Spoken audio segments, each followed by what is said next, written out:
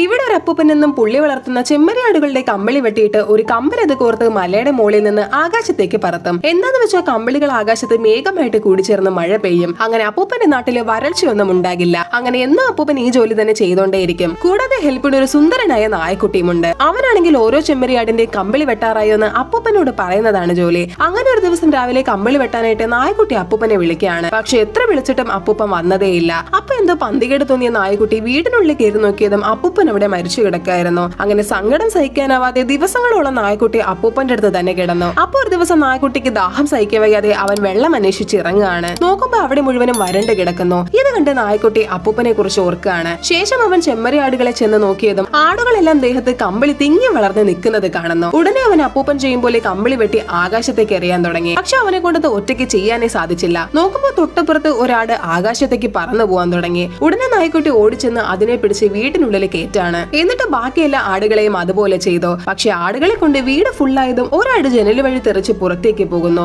ഉടനെ നായക്കുട്ടി അതിനെ പിടിക്കാൻ പുറകെ ഓടിയെങ്കിലും ചെമ്മരിയാട് മുൾപടർപ്പിൽ വീഴാണ്. അപ്പൊ നായക്കുട്ടി കാണുന്നത് ആ ചെമ്മരിയാടിന്റെ കമ്പിളി ആകാശത്തേക്ക് പറന്നു പോകുന്നതാണ്. ശേഷം അവൻ എല്ലാ ചെമ്മരിയാടിനെയും അവിടെ ഉരുട്ടി വിടുകയാണ്. അങ്ങനെ ഒരുപാട് കമ്പിളി മേഘങ്ങളായിട്ട് ആകാശത്തേക്ക് എത്തുന്നു. അപ്പൊ അവിടെ മഴ പെയ്യാൻ തുടങ്ങി. ഇത് കണ്ട് അപ്പൂപ്പന്റെ ആത്മാവിന് ശാന്തി കിട്ടുകയാണ്. തുടർന്ന് ആ ജോലി ആ നായക്കുട്ടി തന്നെ ചെയ്യാൻ തുടങ്ങി.